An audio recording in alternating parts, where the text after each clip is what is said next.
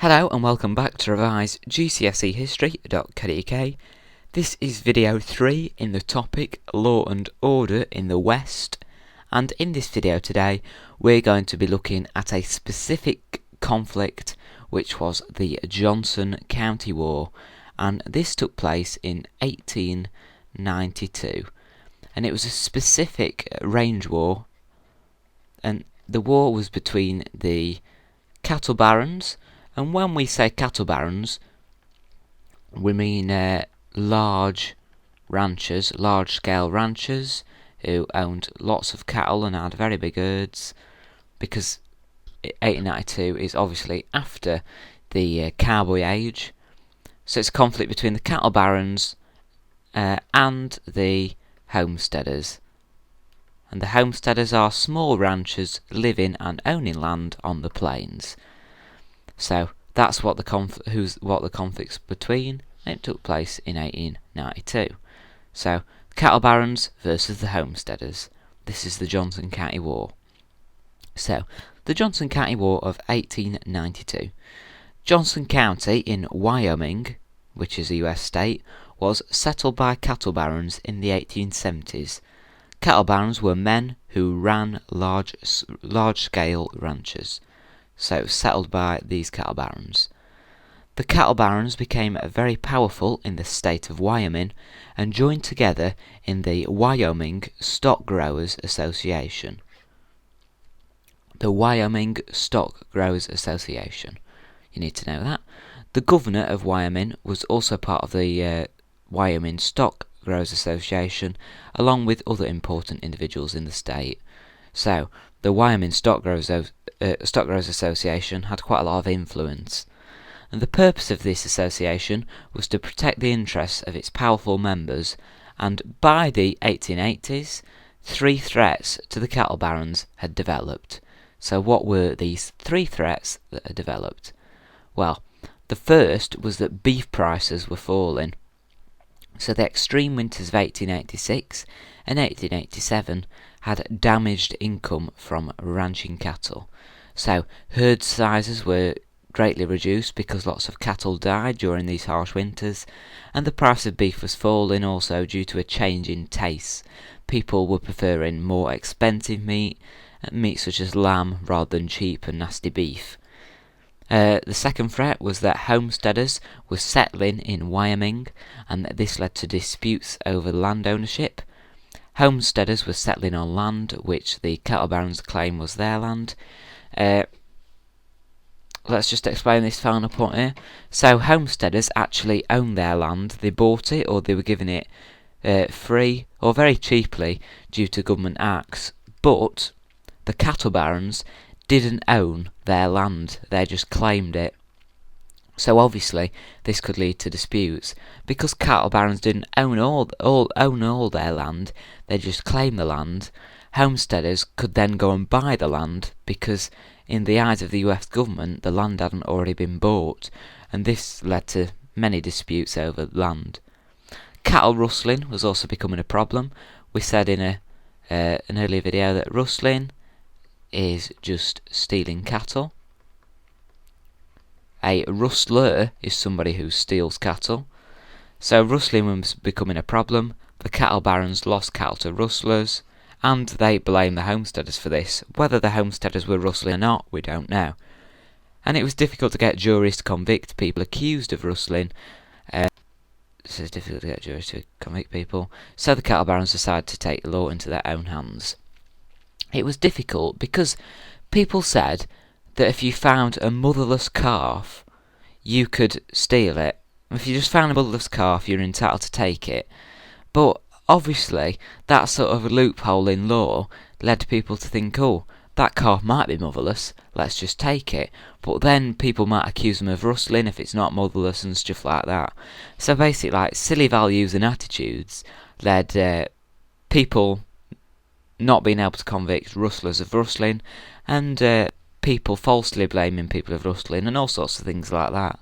So let's have a look at the first killings as a result of the cattle barons taking law into their own hands. So Jim Averill, who was the owner of a small store and saloon, and his partner, Ella Watson, they lived together, Jim Averill and Ella Watson, and Ella Watson was a prostitute, were living on land that one of the cattle barons claimed was their land.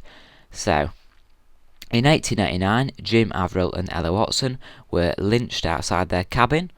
Nobody was prosecuted for the lynching, but the cattle barons were widely known to be responsible. The cattle barons claimed that Jim Averill and Ella Watson were rustlers, and today we understand that Ella Watson, the prostitute, was said to accept cattle as payment for her services, and then she was accused of rustling. So she was sort of tricked into doing this. One of the cattle barons paid her in cattle for her services as a prostitute, and then the other cattle barons accused her of rustling and lynched her outside a cabin. And these two were living on land that one of the cattle barons claimed was their land. And they were lynched outside their cabin, as you can see from this picture here. Here's Jim Averill, here's Ella Watson. So they were the first two to be killed as a result of the cattle barons taking law into their own hands. So then, what happened next? In 1892, the cattle barons planned an invasion of Johnson County. So, the acting governor of Wyoming knew about it and even supplied the cattle barons with guns. So it had the support of local government. Support of local government. This just shows how important the cattle barons were in Wyoming in the 1880s and 1890s. A death list of names was drawn up and gunfighters were recruited. The gunfighters and cattlemen made up an invasion force of about 50 men.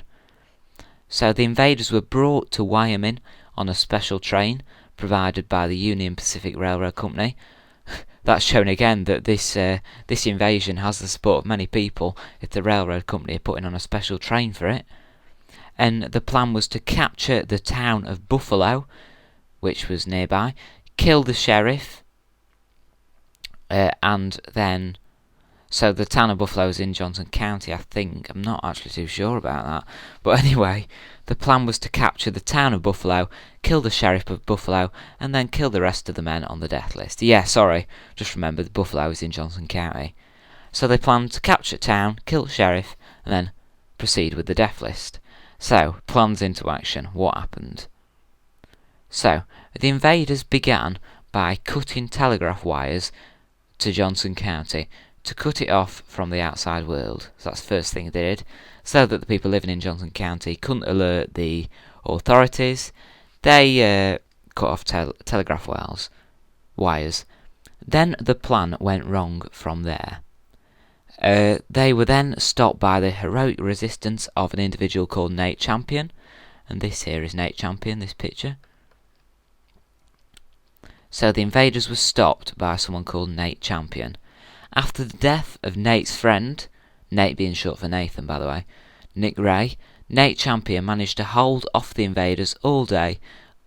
So he held them off all day until they finally burnt him out of his cabin. So he was killed by the invaders, Nate Champion.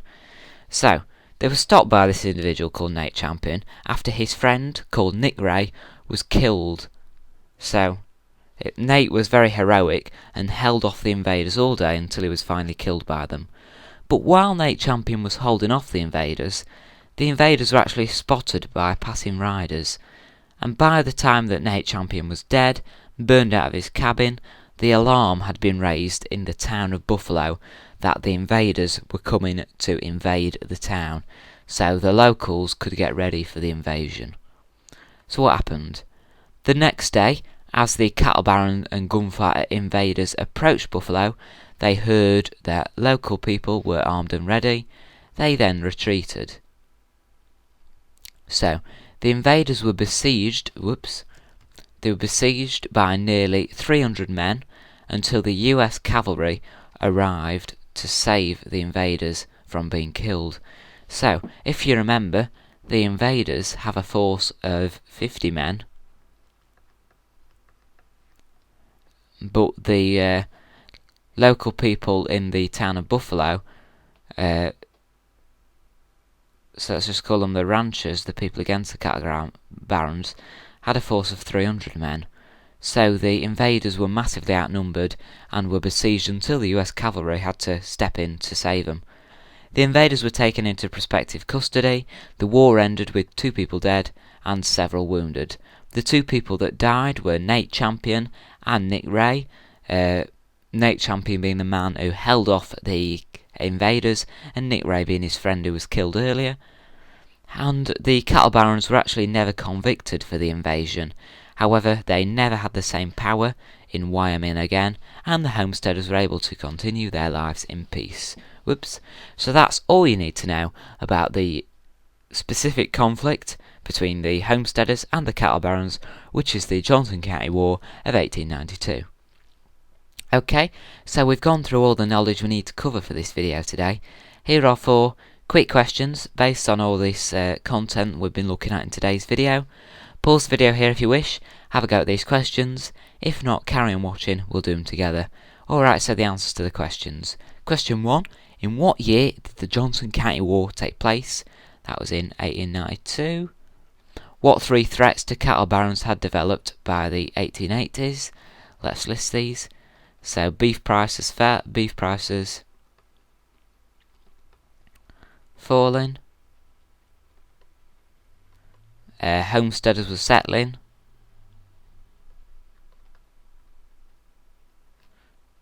and they were settling on land that was claimed by that cattle barons claimed was theirs, and also they were losing cattle to rustlers.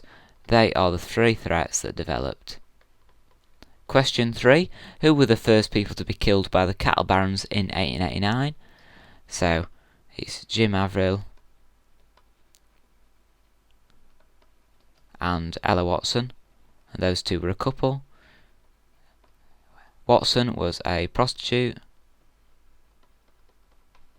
and Jim Averill was a store owner, and he also owned a saloon. Saloon owner. Okay. Question 4. Let's have a look. Who were the gunfighters and cattle barons stopped by? They were stopped by the heroic resistance of Nate Champion after they had killed his friend Nick Ray. Nate Champion. Alright, there are the answers to these questions. Thanks for watching this video today. Hopefully it's been useful to you. If you have found it useful, please visit the website revisegcsehistory.co.uk, where you can view more revision videos very similar to this one and access a comprehensive range of revision materials. Thanks for watching. See you guys soon.